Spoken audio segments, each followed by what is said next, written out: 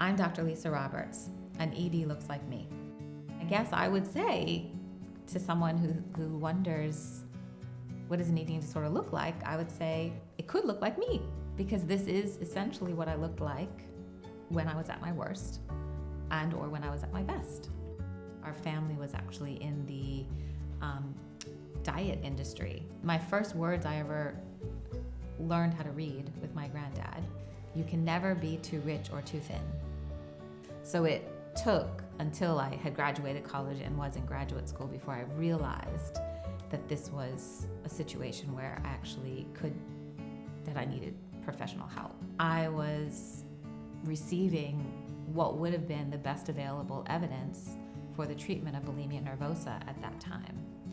It was 1991 or so, which is the diagnosis was only characterized in 1979. I know I'm in a very privileged sized body for society even today.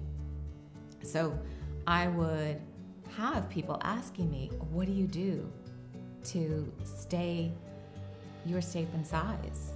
First of all, it was validating.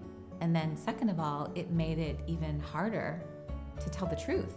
I was too ashamed to speak up because I had 3 degrees, one being a PhD by that point, was a health professional.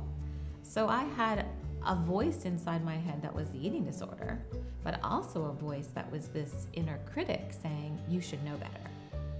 And so inevitably my eating disorder did end up lasting another 20 years. The shame really was the culprit that kept me silent, and the silence kept me struggling.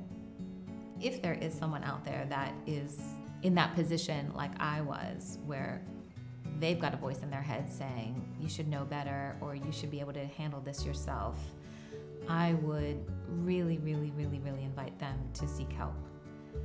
I do think the Butterfly Foundation is a starting point because it's here to connect us to the diversity of individuals experiencing this.